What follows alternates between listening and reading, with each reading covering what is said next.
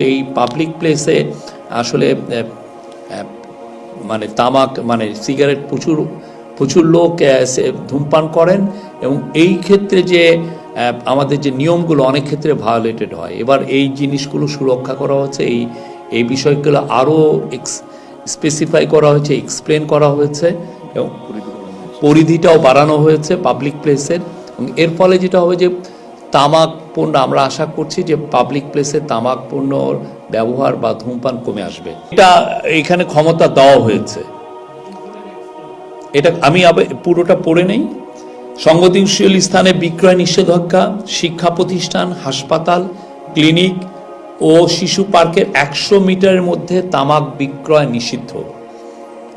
শিক্ষা প্রতিষ্ঠান, হাসপাতাল, ক্লিনিক ও শিশু পার্কের 100 মিটারের মধ্যে তামাক বিক্রয় নিষিদ্ধ। এমার্জিং টোবাকো প্রোডাক্ট নিষিদ্ধ করা হয়েছে। এর মধ্যে আছে ই সিগারেট ও অন্যান্য উদীয়মান তামাক পণ্যের উৎপাদন, আমদানি, বিক্রয়, ব্যবহার সম্পূর্ণ নিষিদ্ধ। কারাদণ্ডের ও অর্থদণ্ডের বিধান। প্যাকেজিং সংস্কার, প্যাকেটের 75% অংশ জুড়ে রঙিন, স্বাস্থ্য সতর্কবাণী ও স্ট্যান্ডার্ড প্যাকেজিং বাধ্যতামূলক। আগে এটা 50% ছিল।